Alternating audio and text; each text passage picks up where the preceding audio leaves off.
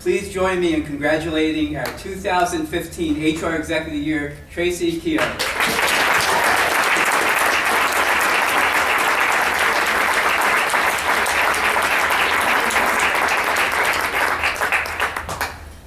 Thank you so much. I have to say I am humbled and really honored to receive this award. I want to thank HR Executive Magazine and also Workday for the sponsorship.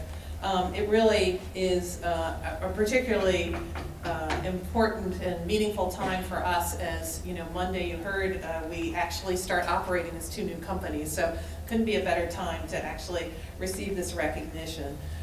You know, it's interesting to think that our employees will walk in on Monday morning to two different companies, brand new, and we're actually ringing the bell at the New York Stock Exchange because for one of the companies that'll have a new ticker symbol.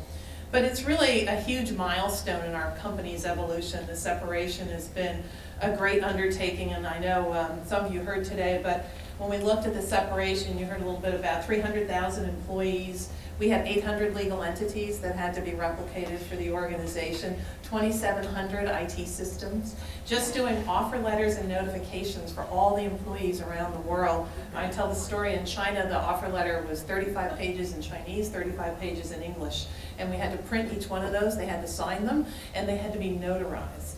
In Russia, there are 18 different documents that had to be printed for every employee. And so think about the work that went around the world. So this really, as many of the other folks who have been honored tonight have said, is a testament to my team and the work that they've done. And I'm so proud of them. Now, many of them are here tonight, but we couldn't have done it without the incredible work of the HR organization globally.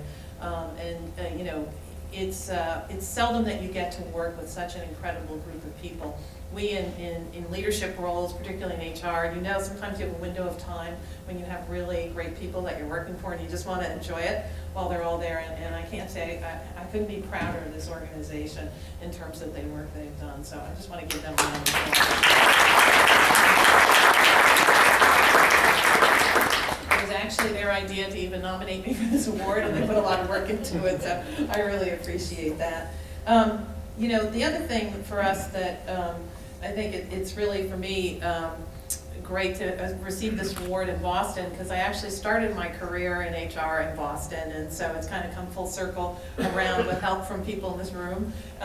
You know, and you know, I was so happy when I sort of fell into HR. My background was not particularly in HR. I started off actually as a hospital administrator, and then went to business school as a management consultant, and ultimately arrived in what I think is the most important profession. And you know, it's just been so rewarding. You've heard from some of the others the impact that we're able to have on our organizations, our communities, our employees. It's just incredibly gratifying, and we get to do it as our full-time careers. So, you know, right now I think it's just an inflection point for our profession too. The smarter companies, you can see how they're using strategic HR to really drive an agenda, you know, disrupt different industries, and really have an impact on our environment, our country, and the world. So I think, you know, for all of those who are interested in going into HR or continuing the profession, there couldn't be a better profession. So I'd also like to thank all the other honorees. I know many of them and respect them greatly and appreciate all the work and have learned from them as well. And you know, what an incredible peer group to be able to receive this recognition.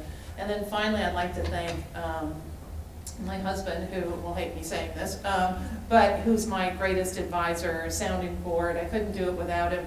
I was on a panel recently, and it was a bunch of CHROs, and a young HR professional said, "Who do you use as an advisor?" Because we've been talking about all the work we do.